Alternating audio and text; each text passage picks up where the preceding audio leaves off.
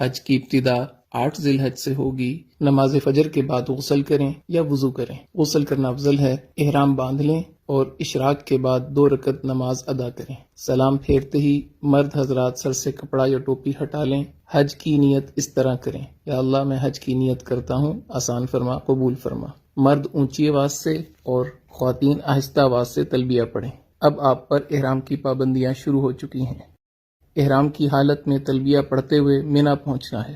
آج کا دن مینا میں گزارنا ہے۔ ظہر، عصر، مغرب اور عشاء کی نمازیں مینا میں ادا کریں۔ ذکر، اذکار اور دعا کی کثرت سے اپنا وقت قیمتی بنائیں۔ لوگوں کے ساتھ خوش اخلاقی کے ساتھ رہیں، خدمت کے ساتھ وقت گزاریں، کثرت سے تلبیہ پڑھیں، دعاؤں کا خوب اہتمام کریں، قرآن پاک کی تلاوت کریں، رات مینا میں قیام کریں۔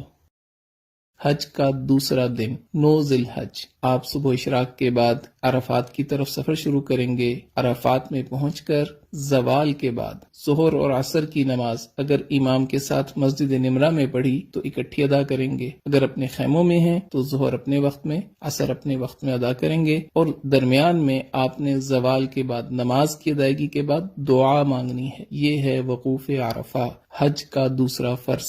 9 ذی الحج کو یہی عمل ہوگا۔ مغرب تک عرفات میں قیام کریں۔ مغرب کے بعد، مغرب سے پہلے نہیں آنا، مغرب کے بعد آپ مزدلفہ کی طرف آ جائیں گے۔ مزدلفہ میں عشاء کے وقت مغرب اور عشاء کی نماز ایک اذان اور ایک اقامت کے ساتھ ادا کرنی ہے۔ اس کے بعد آپ 70 کنکریاں اکٹھی کر کے اپنے پاس رکھیں۔ اب آپ نے رات وہاں قیام کرنا ہے۔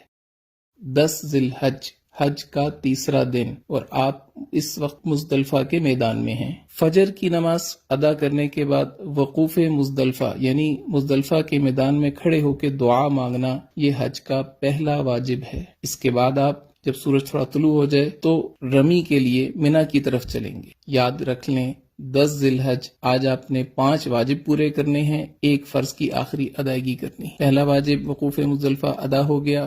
دوسرے واجب کی طرف آپ جا رہے ہیں، شیطان کو پتھر مارنے۔ مینا میں آج صرف بڑے جمرہ کو 7 کنکریاں مارنی ہیں۔ اس کے بعد آپ قربانی کا جانور ذبح کریں، یہ تیسرا واجب پورا ہو گیا۔ اس کے بعد آپ اپنے سر کے بال منڈوا لیں، یہ چوتھا واجب پورا ہو گیا۔ اب آپ احرام کھول سکتے ہیں اور عام لباس پہن سکتے ہیں۔ اس کے بعد آپ طواف زیارت کے لیے مکہ مکرمہ بیت اللہ کی طرف سفر شروع کریں۔ بیت اللہ پہنچ کر طواف کریں، یہ آپ کا طواف زیارت ہے۔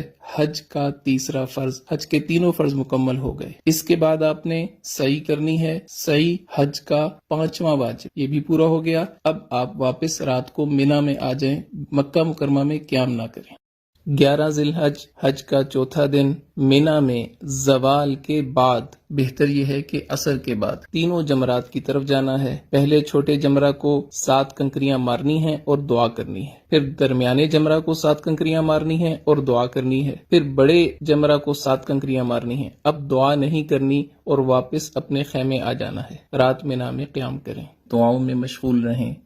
حج کا 5واں دن، 12 ذی الحج، مینا میں زوال کے بعد تینوں جمرات کی طرف جانا ہے۔ پہلے چھوٹے جمرہ کو 7 کنکریاں مارنی ہیں اور دعا کرنی ہے۔ پھر درمیانے جمرہ کو 7 کنکریاں مارنی ہیں اور دعا کرنی ہے۔ پھر بڑے جمرہ کو 7 کنکریاں مارنی ہیں اور دعا نہیں کرنی۔ اب آپ کے پاس اختیار ہے، اگر آپ رات مینا میں قیام کرنا چاہیں تو 13 کی رمی آپ کے ذمہ ہوگی۔ اگر آپ رات قیام نہیں کرتے، آپ واپس مکہ مکرمہ اپنی بلڈنگ میں آ سکتے ہیں۔ بہتر یہ ہے کہ اپنے خیمے میں آئیں اور 13 ذی الحج کی رمی زوال کے بعد تینوں جمرات کو پتھر مارنے کے بعد مکہ مکرمہ واپس آ جائیں۔ اب صرف ایک واجب رہ گیا، طواف وداع۔ وداع یعنی رخصت ہونے والا طواف، یہ حج کا 6واں واجب ہے۔ آپ کے سارے مناسک پورے ہو گئے، 3 فرض آپ نے پورے کیے، 6 واجب آپ نے پورے کیے، آپ کا حج مکمل ہو گیا۔